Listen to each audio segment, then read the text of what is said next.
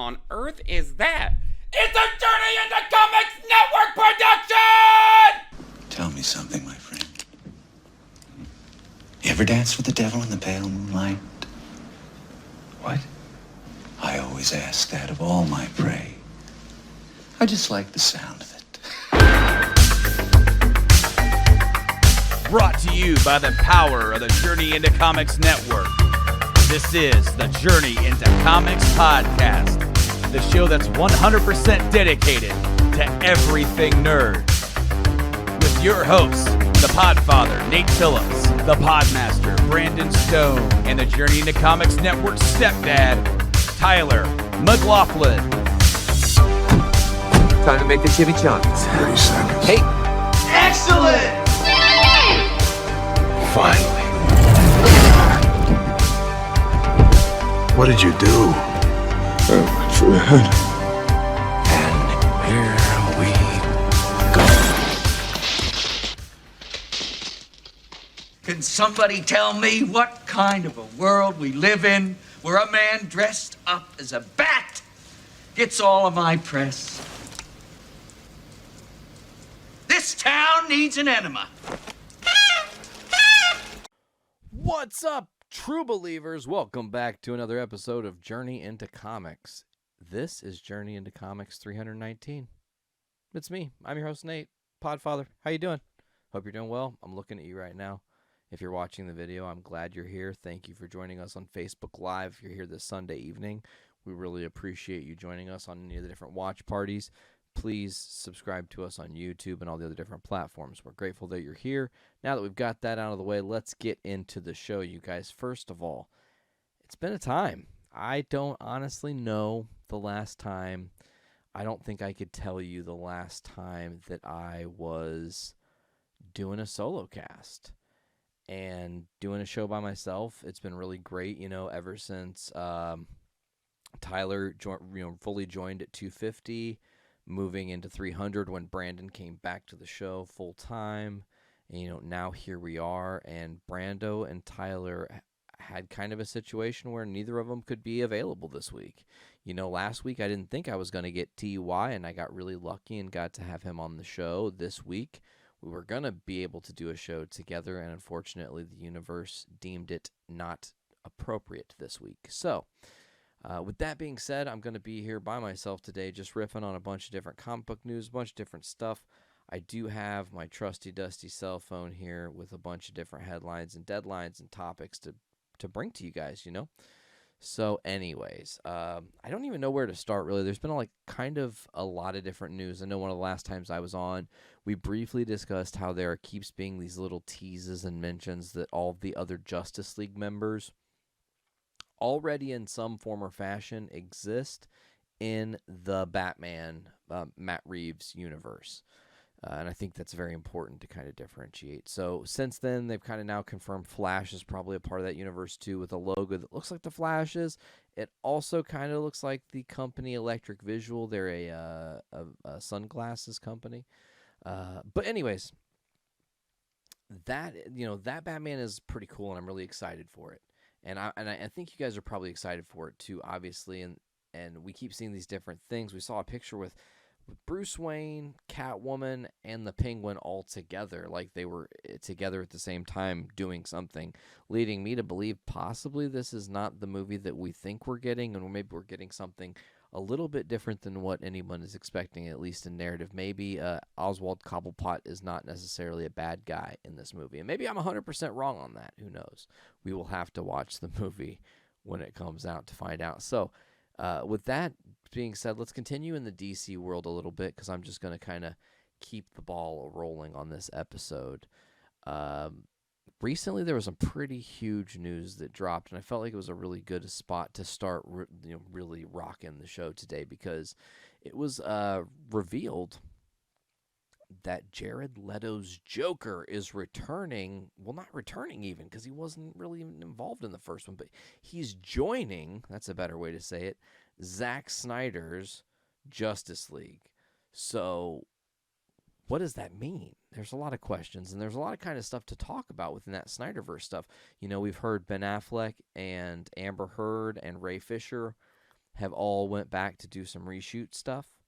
Henry Cavill has, I think, done some stuff. Maybe, don't quote me on that, but there's a list of people, and I don't remember who else on that. I digress. The most important part of that is that Jared Leto joining this cast really legitimizes the possibility of an Ayers cut of the first Suicide Squad movie, not the Suicide Squad by James Gunn, just Suicide Squad. Confusing.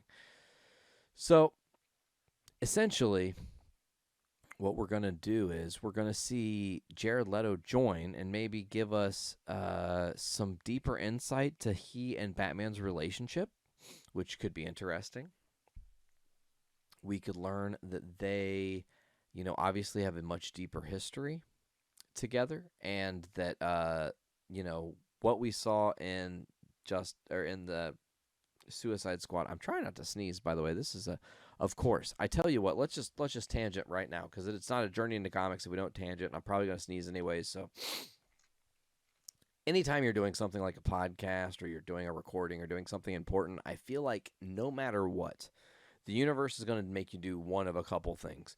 You're either going to get a tummy grumblings, you get gurgle guts, oh God, I got to take a dump or something, whatever. Or the other thing is, like, maybe you've got to sneeze really bad, like I'm feeling right now, and I'm just trying to, like, talk my way out of sneezing so it doesn't affect me. Or the third one, and I feel like this is sometimes, like, the worst timing in the world, is itching. Like, you'll be wearing a leather jacket, you'll have an itch on your back, but your leather jacket, you can't get your arm back. You're like, I'm trying to reach, and I can't, and it's unfortunate, and you're like, I want to scratch my back, but I cannot do it. Or you'll be driving, and on your foot, there's an itch on the bottom of your foot, and you're like, oh, I'm going to crash my fucking car into a cliff. If somebody does not come and itch my foot for me, because it is excruciating, and it's also my driving foot, and also I don't have cruise control, because, maybe I don't have that luxury. Anyways, so back to the whole getting my brain back on track, because I got a little thrown off with the whole sneeze thing. Jared Leto joining the Justice League, the Zack Snyder's Justice League, like I said, it does legitimize the Ayer cut, and maybe we will see that, where we will see a deeper version of the Joker that we weren't allowed to see because of how the movie was edited down by Warner Bros. Execs. But that also means that the Snyderverse is being legitimized, and that means that people that Zack Snyder, was eyeing with his team that cast his movies to do other parts in his initial vision, that we were going to have our DCEU literally be this, okay?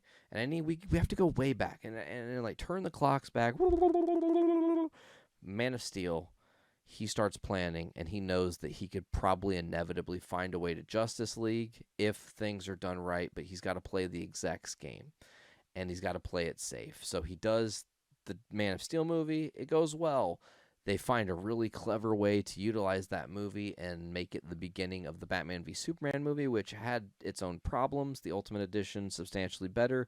A lot of questions. And again, look, the Snyder cut of that. What I just say there, substantially better. It's better than the version that we got in the theaters. And while that's unfortunate, that's just what movie execs in Hollywood does. Now, the nice thing about HBO Max is they're going, hey, man, play in your play box. Play out in the sandbox. Do whatever you're going to do. You need to bring this character in. Find a clever way to do it. What's the narrative you set out to tell when we started this fucking journey, and you were putting Batman versus Superman and having the dawn of justice, the dawn of the Justice League, and then they had this whole tease, Unite the Seven, and then that got whittled down to like 4 1/4. Barry was like kind of there, and then, in the Justice League, you had this like a lot of concepts that really could have been amazing, but a lot of stuff that just seemed piecemealed together. And while it was a very enjoyable film and told a decent narrative for what it was, going back and looking at it with a fine-tooth comb now, you find a lot of stuff that you're just like, that's inconsistent, it's redundant. What is Snyder's vision? That's the great question, is like, what does he bring to the table? He is a visionary, and you could disagree with whatever your opinion of Zack Snyder is. Listen, I am among this opinion. He made 300, which was incredible. He made The Watchmen, which was incredible. those two movies allow him a little bit of wiggle room to fuck up from time to time. Dawn of Justice, looking at you. So when we're getting this opportunity from HBO Max to really go for broke and get the Snyderverse, it just begs to question who else gets to play in the sandbox now. It's unfortunate because we've heard that, and I forgot Jesse Eisenberg has said he's not going to be playing Lex Luthor. And it's like, okay, well, does that mean he wasn't invited back? Is that him trying to no-sell that he's done with the character when really he is going to come back? I'm not sure. One name we know is coming back now as well, Joe Manganiello. I probably said that wrong. Sorry. Trying my best. It's really amazing that he's going to come back as Deathstroke as well, because now look, the Joker, Jared Leto's Joker, Joe Manganiello, whatever the fuck his name is Deathstroke. You have all these big name players coming back to really lend their spot. And you know what I think is in jeopardy of happening? And you know, I dare this to be like a brave, you know, go out there statement. I think it is entirely possible that the Snyder Cut could totally reroute Warner Brothers and make them either stop what they're doing altogether or recognize they're up against some very interesting competition. And it's not bad. As a fan, as a comic book fan, Batman. There's multiple Batmans. You've got Detective Comics, Batman, The Dark Knight, Batman and Robin, you know, all different kinds of titles that featured Bruce Wayne and his stories, right? So we should be able to have that in the movies as well, which then turns me back yet again to the Flash thing. And it seems, just me saying it doesn't mean absolute, but it seems like because of the decisions of bringing back the Snyder Cut, they've been forced to look at their position and say, hey, we need to not only think about Michael Keaton, we need to bring Affleck too. And now we've got a very interesting dance, and now we're telling an interesting story because it's Ezra still, but Ezra's going to be involved in this other thing. But we can make a whole lot of money if we just make this all cohesive and work some way. And I think that's the ultimate end game. Now, one thing I also found very interesting, and I want to make sure I got all the names that aren't going to be involved, because that was the really big headline of this, is that while, you know, we are going back to a very incredible, let me find it here, Joe Manganiello, we already talked about. Ben Affleck, we talked about. Here we go. So here are some names that are not going to be involved with the Snyder Cut. Jeff Johns and John Berg will not be serving as producers for the Snyder Cut of Justice League. Now, what does that mean?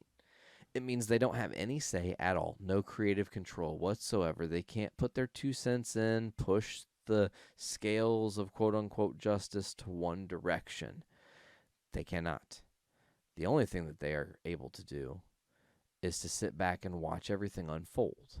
But it's even crazier when you think about all the allegations that are coming from Ray Fisher. You have Ray Fisher claiming that there's a lot of really terrible stuff happening and a lot of enabling on behalf of Jeff Johns for people like Joss Whedon and John Berg to abuse talent and degrade them and you know, speak down to them essentially, and a lot of different questionable things. We don't know the whole details because it's not all been released yet, so we got to kind of speculate. But right now, it seems like there's a battle over the DC universe. HBO saying, we can do it better. We can get the right people and just trust that they'll do it right, and we have the money because you, Warner Brothers, have already given us the money, so just let us take control.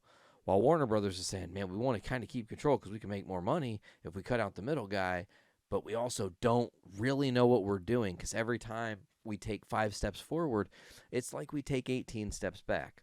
You have a lot of good, fun movies they've released. And I mean, Wonder Woman, awesome. Aquaman, it was okay. It wasn't. I do need to rewatch it and give it another peek behind the curtain to see what I really think about the movie now that I've had some time to digest it.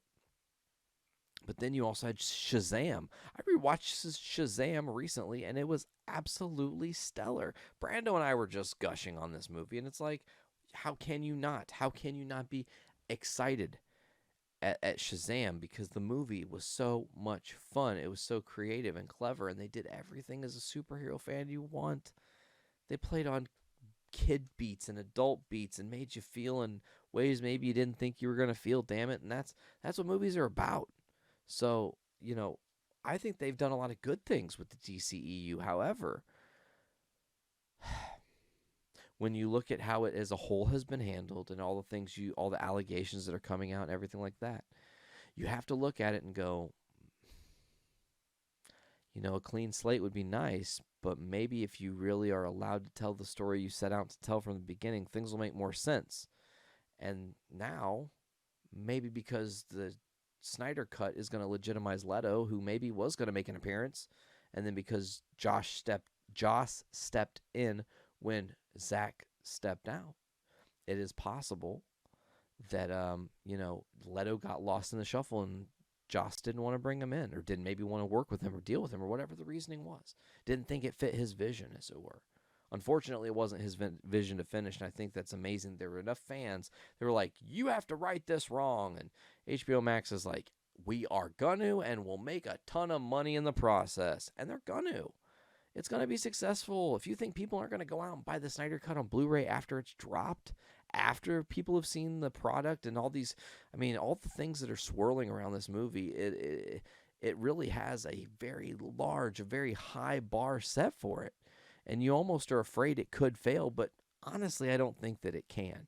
You have Zack Snyder helming this amazing ship, and he really wants to do right and make something and prove to everybody that his vision is not horseshit, and his vision has been modeled through a filter that has forced it to be shit. And, I think there have been some creative design decisions that have been against Joss's, or not against Joss. See, I'm fucking up because there's too many people involved, too many cooks in the kitchen. But Zack's vision has been affected because, again, Warner Brothers says, oh, that guy looks too scary. You can't have Doomsday with all this shit sticking out of him. He's too brutal. So they had to tone it down, And I feel that we are, let's see, 7 months roughly away, because I think they said about a May release is what they're hoping for the Joss, or for the, I am gonna fucking keep doing it, because we called it the Justice League and it's stuck in my brain as that, and I wanted to call it the Justice League, but it is the Snyderverse, baby. So we're gonna get the Snyderverse cut of Justice League around May. I think that's a reasonable guesstimation. Maybe July, maybe in that range. You heard it here first. That's all I'm going to say. I think it's coming sooner rather than later, because they don't want people to wait forever in 2021. We're already feeling pretty fucking hopeless, especially when we're less than 2 weeks out now from the election. As I pause, because I've just been talking about Zack Snyder and the DC universe and all this stuff, just for a quick second, this is your Podfather reaching out to you, reaching through the screen, grabbing you by your heart and saying, hey, go out and vote. If you have the availability to vote, whether it's absentee ballot, voting by mail, whatever it is, this election in the United States of America is hands down the most important. And I feel, as a citizen of America, I need to tell you, another citizen of America, that we need to take our country back. We are in really bad shape. The last 4 years has nearly decimated us, and we need to be strong. So go out and vote. That's all I can say. If you have an opportunity, if you're an able-bodied person, if you can find a way to the polls, if you can stand for 7 hours, I've seen people do it. Whatever it takes. That is an absolute fact. Whatever it takes. So anyways, back to the show. There's more stuff in the DC universe to talk about, all right? And I'm going to just kind of run through the gauntlet a little bit here because, recently Empire is like an entertainment magazine, and a lot of times they are the breakers of cast reveals, images, official first looks at stuff. And they've done it again. They officially have a dual cover with the Suicide Squad movie. It has all the cast on one of them in a very serious pose, and on the other one it's all shot up, and the cast is all dorky and having fun, and James Gunn is also there, and it kind of represents them as a family, which I think is very beautiful. To kind of run it down here, just looking quickly at it, and it is kind of hard to see. There are so many characters here. But you've got Joel Kinnaman as Rick Flag, Peter Capaldi as Clifford DeVoe, also known as the Thinker. We saw him in season 4 of The Flash. DeVoe was a very, very big role piece in the entire Flash story over there on CW, and we're going to be getting to more CW talk here in a minute. Don't think I'm not going to be talking about that. Flula Borg is going to be playing Javelin. Sean Gunn as John Monroe, or the Weasel. Pete Davidson as Richard Hertz, also known as Blackguard.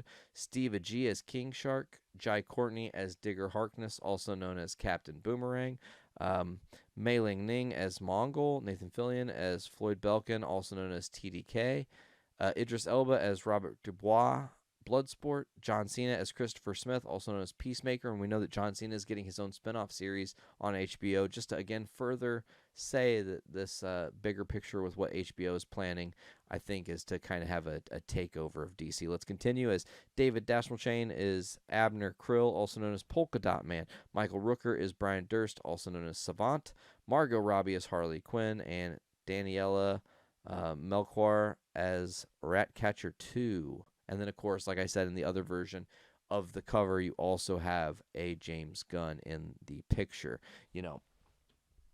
So, I'm really excited for Suicide Squad, and I hope you guys are as well. I want to know what your thoughts are on the Suicide Squad, so if you're here on YouTube or on Facebook, wherever you are, what do you guys think about the new Suicide Squad movie coming up, as opposed to the Suicide Squad movie we got in 2016, and then now, as opposed to the rumor, we might be ending up with an Ayer cut of Suicide Squad. Now, I'm not going to stoke the flame too much on the Ayer cut, only because, he did say a complete version of the movie exists, but it's not how you think, and I think it's misleading to say that it is that way, because there isn't a completed movie as in how they edited it. They didn't do a final edit in the way he wanted, the movie to be before they made every cut. But he did in the novelization of the movie, the novelization of the movie in the book form. That's the most complete version of his story. So technically it kind of exists. But again, don't get your hopes up too much. I do think that Jared Leto joining the Justice League movie, Zack Snyder's Justice League movie again, can kind of let that seed spread in its own thing. And then now you're going to have James Gunn. And I think that what we're going to see is James Gunn's Suicide Squad be tonally, emotionally, and completely culturally different than something we've seen before and how he does this movie. I don't think that we as fans are going to be expecting it, because I almost feel it's... I haven't seen it, obviously, but if I were to guess, it's, I think, in a lot of ways going to have that almost like Tucker and Dale versus Evil vibe, where, these guys are all setting out to go do whatever this mission is that they're setting out on, but they are their own worst enemy, and they ultimately cause a lot of their own demises, and most of these people who are in this movie aren't going to be in the movie for a really long time. And some of the characters won't make it into a sequel if there's going to be one, As we learned in the first Suicide Squad, one of the most important things is they are expendable. Task Force X. They are the team of bad guys that can be blown up if they don't listen to Amanda Waller, we already know the game plan. So James Gunn's got to come in from a different perspective. And if you have, somebody who, is named Javelin, who fucks up and throws a javelin through himself somehow. I don't know how that even worked, but maybe it would be hilarious, and we as fans would not be expecting it. And then it becomes like it's comedy, but if you still have a heartwarming story within that comedy, it becomes cult classic. It becomes golden, and then that becomes special territory. So again, comment below. Let me know what you guys think of the Suicide Squad stuff that's been going on, as well as the Snyderverse information that I've just fed to you just this past couple minutes. Now, this is really the last big piece of DC news, and boy, is it a doozy, and it's such a doozy. I've only seen the headline. I have not read the actual article. I'm going to actually read it right here live on the podcast for the first time with my eyeballs. I want to even show you guys just with my phone. It's not been pulled up yet. Oh, that's cool. You guys can see, but yeah, it's not been pulled up yet. I don't have any nasty tabs or whatever. People get busted doing stupid shit by showing their phones. Come on, man. Just don't have stupid shit on your phone. Be better. Anyways, so Mark Guggenheim is leaving or has officially left the Arrowverse, and we are at an end of an era. And let's read this. During a panel for Comic-Con's International Storytelling Across Media series, Arrow and DC's Legends of Tomorrow co-creator Mark Guggenheim confirmed he has officially stepped away from the Arrowverse. While Guggenheim has not served as showrunner on Arrow or Legends for a few years, his involvement as the showrunner of the CW's annual DC superhero crossover events had kept him very involved in a day-to-day operation for the shared universe of those shows that those shows inhabit. Now, with Arrow finished and Supergirl about to wrap, Guggenheim is ready to move on, with last year's Crisis on Infinite Earths mega event as his victory lap. Earlier this year, when comicbook.com spoke with Guggenheim about his directorial debut on an episode of Legends, he still wasn't quite sure what was going on with the universe he helped usher into existence. While he had initially intended to let Crisis be a swan song, the pandemic had raised questions as to whether he would want to stick around to help ease the transition in 2021. Instead, Guggenheim and Arrow co-creator Greg Berlanti, area working with comics legend Jeff Johns on... Oh, that's a typo because they, of course, always have fucking typos on comic book. Let's read that again. As Guggenheim and co-creator Greg Berlanti are working with comic legend Jeff Johns on the Green Lantern for HBO Max. So they've transitioned from CW show now to HBO Max. Here is a quote. It says, with the end of Arrow, I finished off Crisis on Infinite Earths. I basically decided the chapter's been closed here, and it seems like I've said all I'm going to say, at least for now, with these characters in this medium. I've decided to sort of move on from the Arrowverse. By now, everyone knows that I'm involved with the Green Lantern launch for HBO Max, so I'm not going too far away, but I am stepping aside from the Arrowverse for the time being. Of course, that raises a lot of questions for the future and, what's to come. Berlanti and Guggenheim really created something very special and unique. I mean, Arrow was one of those shows that kind of, if you didn't get the culture or weren't, didn't buy in, it was a slow starter, long build. First season's 23 grueling episodes of learning about Oliver Queen, but then when it pops off, boy, does it pop off. And then in season 2, when it pops off, boy, does it pop off. And then it just doesn't stop. I mean, I'm a couple seasons behind on Arrow. Admittedly, I fell off, unfortunately, but it's a show that I love dearly, and Mark Guggenheim and Greg Berlanti did a fantastic job with that in Legends and doing everything within the entirety of the Arrowverse. So that's, the end of a chapter, really, the end of an era for us, having Mark Guggenheim step down from his role. So let's go ahead and just do a soft pivot here.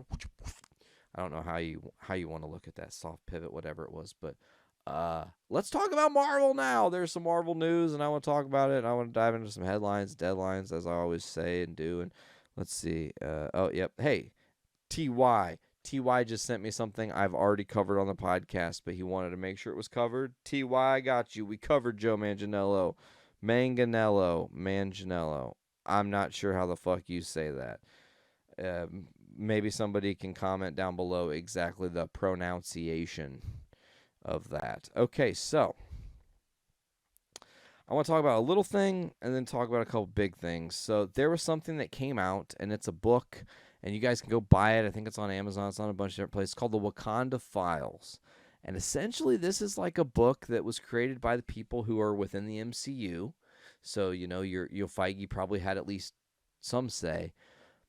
This is all the information, and it talks a lot about, and I'm going to go through kind of a quick list here of a lot of different things that are either confirmed, things we didn't know, gaps being filled in, stuff we got to learn, things that get further fleshed out within the MCU story that make the bigger canon even more impressive.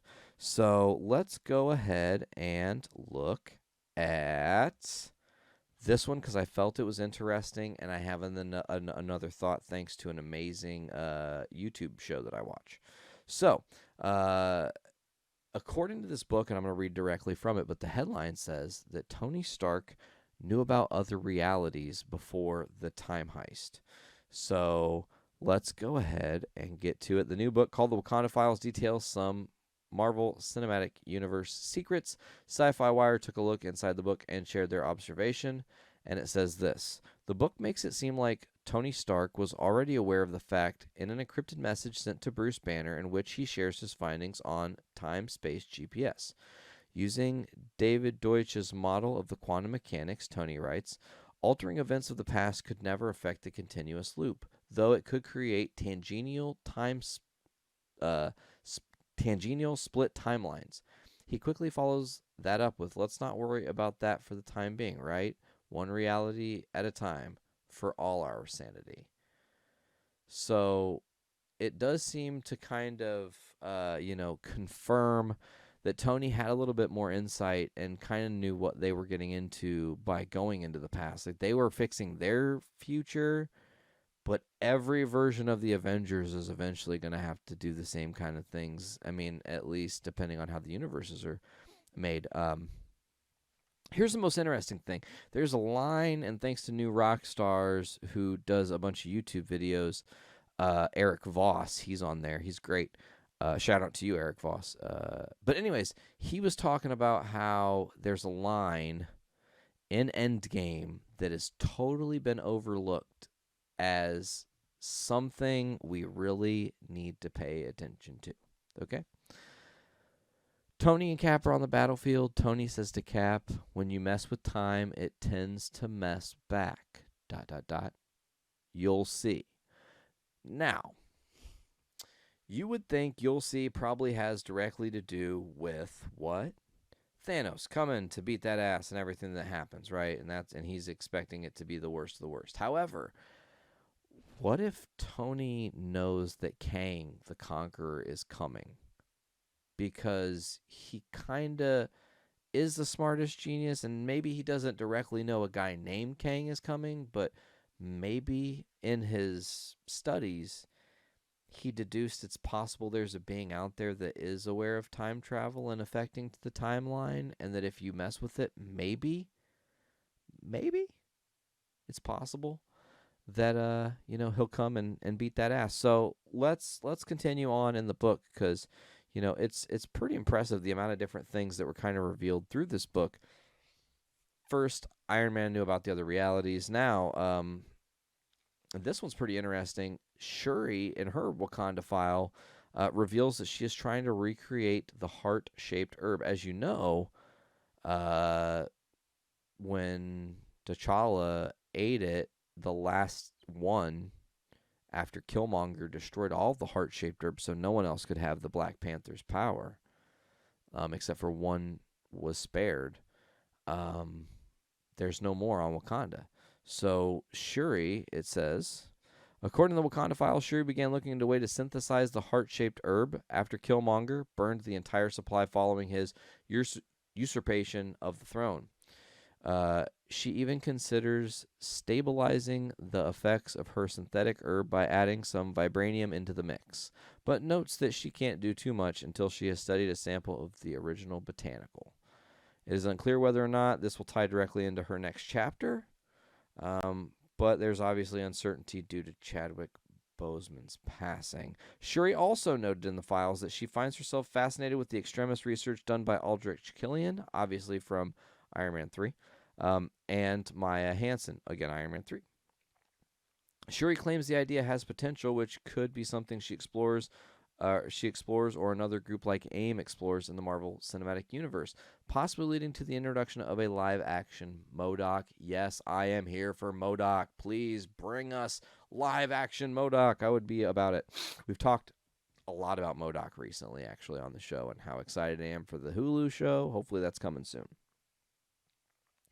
So, let's continue on. Brandon has just sent something to the thing, and he says that he's actually currently watching BVS. So shout out to Brando, who's watching BVS as I'm talking about BVS.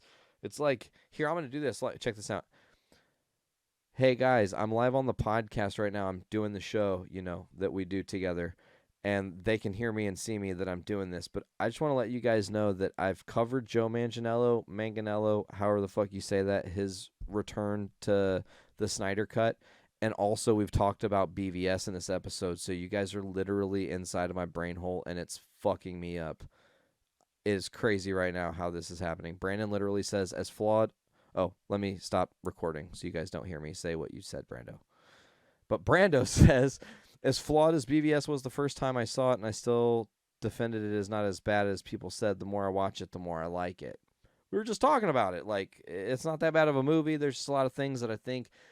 Once you filter through what Zack Snyder had to filter through, I think we're going to find a lot of really great stuff within this universe he's trying to build for us as a fan of the comics and as a fan of the source material. Brandon also says, I am legitimately excited to see the extended JL cut and hopefully what it can mean going forward, which we also talked about in the Snyderverse. It's so crazy. They're here in spirit, man. My two co-hosts are here in spirit. I love those dudes. I'm really grateful to have them. I'm grateful to have everybody who's a part of the network, man. You guys all work so hard. If you're listening to this, thank you. If you're a part of the network, let's continue on to these files because there's a few more that are pretty interesting. And then actually there's two more that I have. Two more, and then we're going to get into a couple little different things, jump around here, and then get ourselves out. So... Iron Man has revealed why he built the Iron Spider suit. Again, in the Wakanda Files, Stark's personal log indicates that he began developing the Iron Spider suit after his research on nanoparticles. The fight in Berlin impressed Iron Man enough to upgrade Spider-Man's arsenal substantially. Stark astutely noticed Peter's spider sense, but thought some other upgrades were in order. The web shooters are reinforced to make their own web solution. He left that unchanged from Spider-Man's formula. There's a full life support system on board along with an HUD in the lens, a complete and total upgrade after Peter proved himself in Civil War. So that's pretty cool. That they actually give you, like, again, they're peeling more back and letting us see all this really nifty stuff that, you know, they probably never would have covered in the movies. They're not going to throw certain one-liners about why Stark created the suit. No one cares about why he created the suit. They just like the suit. He saved Peter's life when Peter was up on the Q ship and he couldn't breathe, and just because he's running out of oxygen, Peter's like, that makes sense, and he passed out. And next thing you know, Iron Spider suit's like, bam, saved it. Got you, buddy. I got you. Settle down. It's fine. Okay. So let's go on to this because there's more spider secrets from Iron Man. As this is another thing in the Wakanda Files, it's revealed that Tony Stark created the suit as a bargaining chip for getting Peter to join the Avengers. Once he got the hang of the upgrades, I'll lend him a hand. Or 4, Stark's Files notate in the in-universe book released earlier this week. If we give him nanotech spider legs that are built from his back, it can be a safeguard from falling, a defense mechanism. It won't get carried away like Cross did with that Yellow Jacket suit, but it could be a fun touch. So see, look, Yellow Jacket kind of sprinkles back all the way into the design of the Iron Spider suit, and villains are inspiring heroes and vice versa in this universe. And that's, again, why I so greatly love what the Marvel Cinematic Universe is doing, has done, and will continue to do for years to come. So what does that mean for years to come? What is to come? There's a lot of things to come. And I want to talk about, let's look at this last couple things here. We've talked about that. Okay. We have to save that because the order of operation, you know, we were just talking about Spider-Man. We were just talking about him. Let's talk about Tom Holland real quick because we're going to just do a little double pivot, double back here. Tom Holland, let's just talk about this for a second. The first picture has been revealed of Tom Holland as Nathan Drake. If I could just it would be on the screen, but it probably won't be because I'm not an editing wizard. Sorry, guys. I barely know what I'm doing right now. But it was revealed his picture of Nathan Drake on set. So Tom Holland as Nathan Drake. Nolan North is there on set with him. I don't know, coaching him or what, just talking to him, getting a feel for him. And even Nolan North was like, it's just stepping into a mirror. Like, it's just like a part of a world I've been a part of, sort of. And it's very bizarre for him. I think it's amazing. But this is one thing that's important to note while I'm talking about Tom Holland, the Uncharted game and movie. The game is amazing. Obviously, the movie is it looks great, and I'm really hopeful they do it right. It seems like they're probably going to do it right. You know, I mean, Sony, they're in-house with Naughty Dog. Naughty Dog is there making sure the movie has the beats and the tones they want it to. Tom Holland looks phenomenal as Nathan Drake. Absolutely just not, I wouldn't say dead ringer, but just encapsulates it. This kid fucking gets it. He gets it. He gets it. I'm just going to keep saying he gets it. That's all I know how to say. But after he's finished with this movie, which is almost done filming, he'll be transitioning immediately. And I would say probably next month here in November coming into October, or November into coming into December, because I'm all backwards. 2020 is breaking my brain, people. You're watching it unfold live in real time here on The Truman Show. Tune in. Anyways, so back to it. What I'm trying to say is this. Tom Holland is doing the Uncharted thing. He's going to go start filming Spider-Man 3, Benedict Cumberbatch, Jamie Foxx. We're going to start to see stuff come out. Obviously, they've said that movie's coming out December of next year, so they're going to have a whole year to film it, edit it, get it out to us, and all that. And here's the even crazier part. They've actually even said we're going to get a first look in December. So we might already have footage that's being filmed now that we aren't aware of. They might have a bunch of other stuff in the works that they are shooting for that is going to blow us away. And then they say, check it out. 1 year. Give us 1 year, baby. And December next year, you're going to have a great Spider-Man movie. And it might be the greatest Spider-Man movie of all time. Who knows?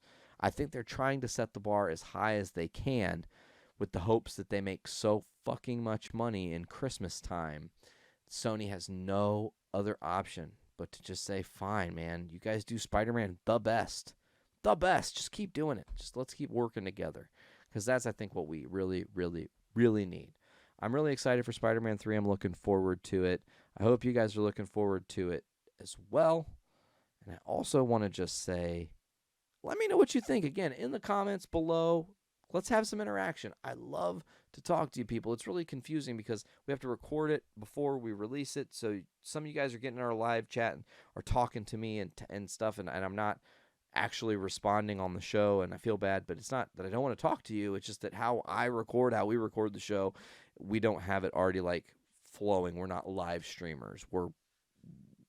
We have to pre-tape, bro. We're not editing shit, but we have to get it all together and set up so we can make sure it's done right and we don't have any flubbies. You know, my hope is that I haven't had the stupidest thing happen, which is what we call an Optimus Prime moment. Being primed is not fun. It just happened to Buckles this past week on Journey into Wrestling. Journey into Wrestling, check it out every Wednesday on the Journey into Comics Network, journeyintocomics.com. All the different places you get right down here. Go to all those different ones, and you can just download the podcast by searching, you ready for it? Journey into Comics Network. Our one feed, man. It's not that hard. Anyways, let's get back to it. I love keeping people who have been cast as something in that role if they were good at it, or if they were in that role and had they been put in a position to succeed, they would have been good at it because they've been good at everything else they've done. And what I mean by that is Doug Jones, the Doug Jones, man. Doug Jones, Abe Sapien, and fucking tons of other things, as well as the Silver Surfer, has said he would love to come back to the MCU to continue to play the role or to reignite or to recreate the role of Silver Surfer. And now with Jamie Foxx kind of doing that same song and dance, it does kind of leave the question and the door open. Could we see that? Could we actually see the greatness that is the return of Doug Jones as Silver Surfer in an upcoming Fantastic Four movie? Because the future of the MCU can only ever point to the biggest big bad. I mean, there's no greater big villain than Galactus. And the amazing, lovely, brilliant thing is that here's what we've never really talked about is what happens if the world doesn't end due to climate change and all the other terrible things that are happening around us. If we get to a point where they beat Galactus and they beat Ultron and they beat Annihilation and they whooped Thanos' ass and they went and kicked Eternity's ass and the Avengers have done and they've beat everybody, what do you do then? I think that you just kind of reset your world and you start from scratch. You literally could end with Secret Wars. Make that your grand finale. Make Secret Wars the finale and then start fresh where people from all these different places are now on one world and they're different variations of these characters. None of the characters we've had before. And maybe a worse Thanos, an eviler so-and-so, a crazier version of Ultron that is, much more menacing with greater and higher stakes. because at some point, when I'm like 70, they're still going to be pumping out movies. I mean, we're going to have gone through like a majority of the source material. Hopefully, maybe in the time that they will create new great source material. We could always hope that somebody will come along and say, hey, oh my gosh, you know what I thought about this crazy villain that could fight the Avengers, and he's absolutely unstoppable, and here's his power, and here's where he comes from, and blah, blah, blah, blah, blah, and he's the greatest thing of all time. And everybody goes, okay, put him in a movie. Let's do it. But we'll see. We will see. So let's continue on. Doug Jones, we've talked about that. What's this headline? Oh, I'm going to do something we haven't done in a long time, a drink break, brought to you by Pour 360. That does, in fact, drop tomorrow. I think I'm going to be a guest with AP. We are going to be talking about this the final debate, presidential debate between Donald Trump and between Joe Biden going into this election. 8 or so days away at this point. I'm going to take this quick drink break. Again, brought to you by AP's amazing show, Pour 360. We love you guys. So one of those Wakanda File things slid past me, and I totally missed it. So here's me writing that wrong. The book actually also reveals how Captain America survived being frozen. So it says, due to Cap's insanely strong body, he is able to burn nearly 8,000 calories per day just by resting. The book explains that his increased metabolism was the reason he was able to live in sub-zero temperatures over the course of 7 decades without dying. Shuri learned that S.H.I.E.L.D. director Nick Fury sent a classified memo to Phil Coulson, which explained Captain America's increased metabolism and his increased immune system put him into a cryogenic hibernation. And it's really fun to talk about Cap really quick because Ollie and I just recently froze his Captain America Gameverse toy, and they're off screen I don't know where they are, but this is the first time I've collected, he's collected them, but I helped facilitate his collection. The Marvel Legends line, and it's absolutely really amazing, especially for a kid. Because as a kid, he's playing with all these characters, these guys he doesn't really, Sunspot and Rage, and playing with Leader and Abomination and stuff, Mach 1. And he's liking all these characters, but then, like I said Abomination because he's the Build-A-Figure, so if you collect the whole line, you build this massive Abomination, and it's absolutely incredible. It is absolutely amazing. And I think that more people should get into it. It kind of does suck because they are $20 a pop, so it's kind of like, every time you're like, hey, kid, that's expensive for my blood. But I digress. Anyways, let's continue on with some of this other news. Love and Thunder, Thor, new movie coming out. Thor 4, Love and Thunder. Hope you've heard of it. If you haven't, I don't know where you've been or what rock you've been living under. Someone asked Natalie Portman a very important question that I think is a spoiler. It's a massive, gigantic spoiler, and the fact that it hasn't been more like everybody on the internet, like, let's officially say that they're not bullshitting this time, and we're getting the story that I think we're getting, or at least a version of that story. Someone asked her, do you get to hold the hammer? And she affirmed, I do. And she says, I'd be like, look at me now, boys. That's exactly what I'm doing in the script. Look at me now, fuckers. I've got the hammer. Please tell me that's in the script. Oh, yeah, that's basically all I say. So, yeah, there's a little exchange that was a little ESPNW thing. You go to ESPNW on the Twitter and see the actual thing. Looks like, oh, God, it's hard to see. Whatever. ESPNW on Twitter. Just go there. You'll see it. You'll see the video. It's from October 21st. Natalie Portman. She's talking about Thor. I'm excited for that movie. I'm just going to say it. So we've really only got one headline left to talk about, but this headline encompasses more than just one thing, because one thing is rapping, another thing is rapping. Those two things that rap that seemingly have nothing to do with each other have a secret tie-in. The secret tie-in makes me have great questions, and breaking it down with you guys hopefully is going to give your opinion a little bit of a boost and a little bit of a changed thought on a movie coming up in the future. So what am I talking about? What am I getting to? Why am I being so elusive? Why am I being mysterious, as it were? Because it's fun to be that way. That's fucking why. Anyways, let's talk about it. Shang-Chi has finished wrapping. It's amazing. Great, right? You didn't just jump out of your seat, did you? You're probably not even sure why you should show any interest in this movie. You also probably are totally blissfully 100% unaware that this movie snuck into the MCU timeline and jumped over Eternals, a movie that we were actually supposed to get next month will now not come out until late next year.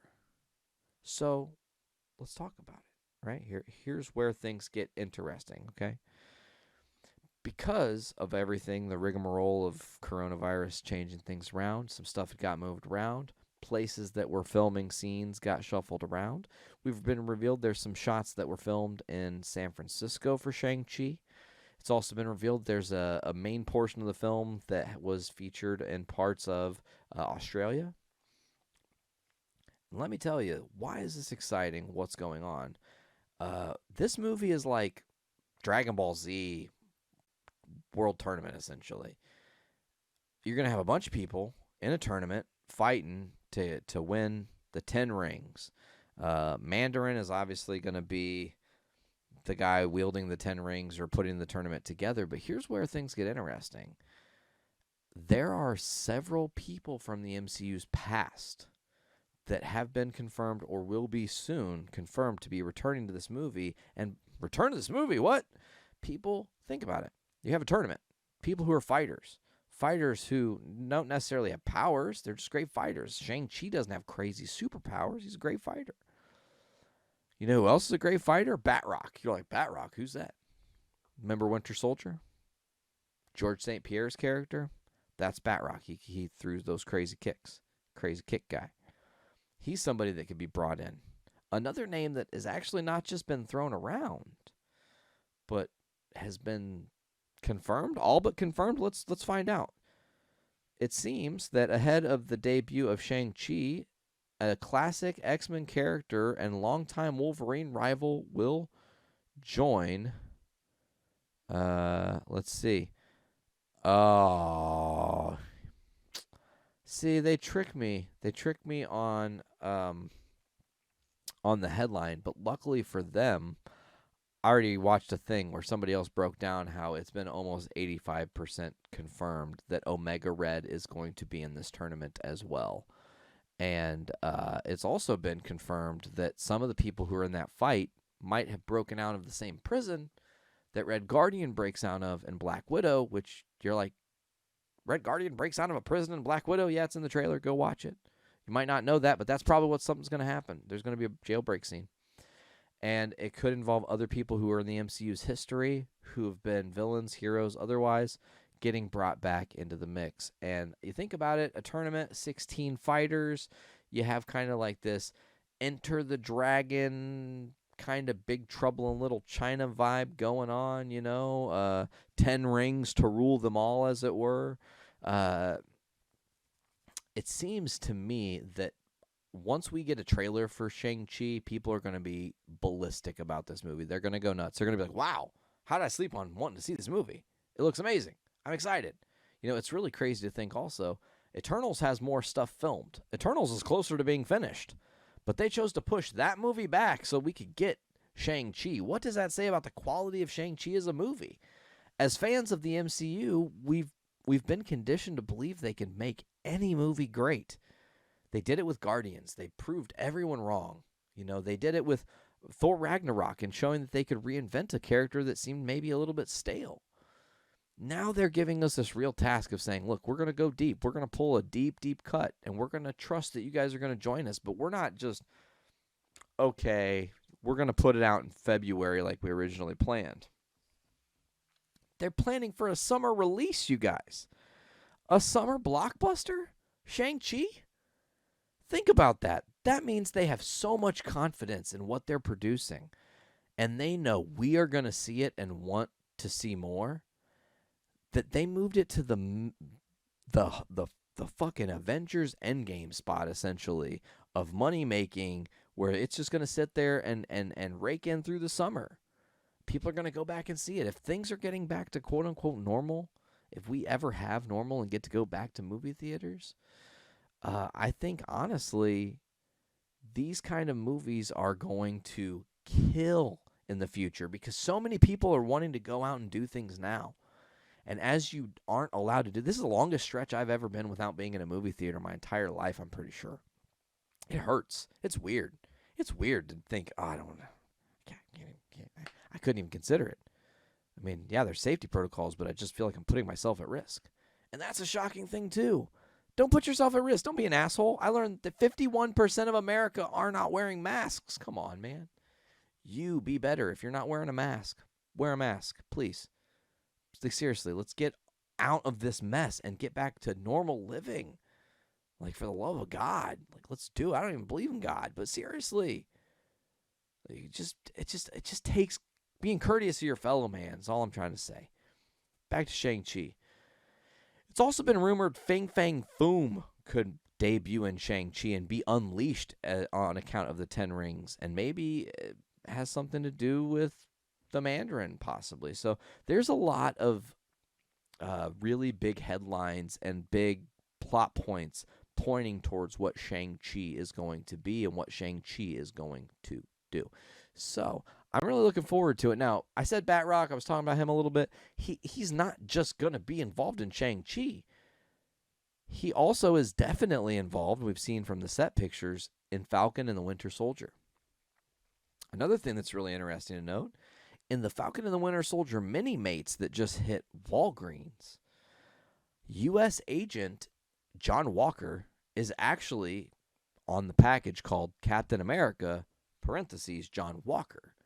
Does that mean that maybe the government gives the Captain America title to John Walker, who maybe is not Cap? He is not the tempered man that, Sam Wilson is, not the tempered man that Cap chose to succeed him.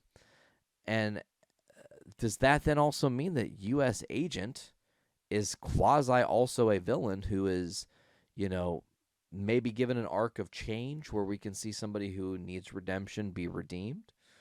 Or is he going to be kind of this mantle that Bucky and Falcon have to live up to and are trying to try to show, like, we're better than that. You guys are giving us shittier assignments. We're doing harder work.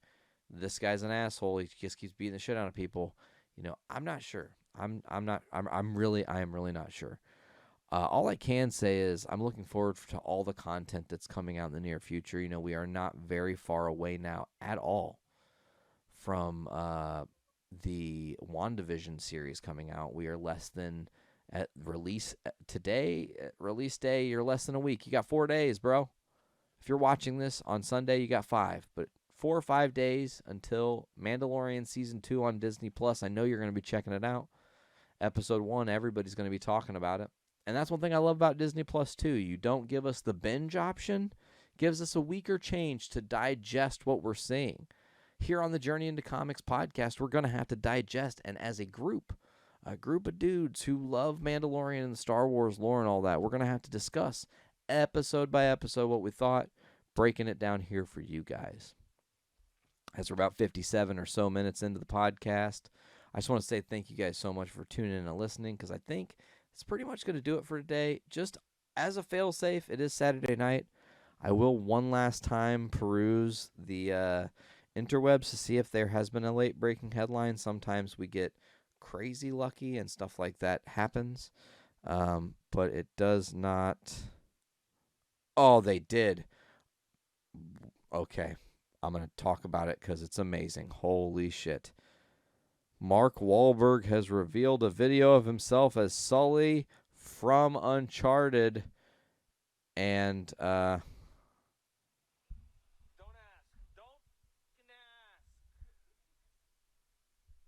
yeah, that's his Sully. And it's exciting. Tom Holland, Mark Wahlberg, Nathan Drake, and Sully together. I'm excited. We talked about it earlier. I just want to say again, I'm excited. There's no more breaking news, folks. So I think that's going to wrap it for this week's episode of the Journey into Comics podcast. As I said earlier, check us out at journeyintocomics.com. Down below, right here, across this little yeah, That's where you can go. All the different places. Your Podbeans, your Spotifys, your Castbox, Stitcher Radio, TuneIn, Google Podcasts, YouTube, Amazon Music, and Apple Music. Just search Journey into Comics Network. I do encourage you to go to journeyintocomics.com. Go check out our archives of all the different shows that we've had on the network through our entire history. 1,200 different shows or different episodes released through the different shows that we have had. Also, thank you all, you Facebook users who are watching right now as I fuck this line up. Thank you so much for checking out our live stream on YouTube, also on Facebook. We appreciate every single person tuning in. Make sure to share, like, comment, subscribe, do all those amazing things for us. We appreciate you guys so much. I think that's going to do it for this week's episode of Journey into Comics.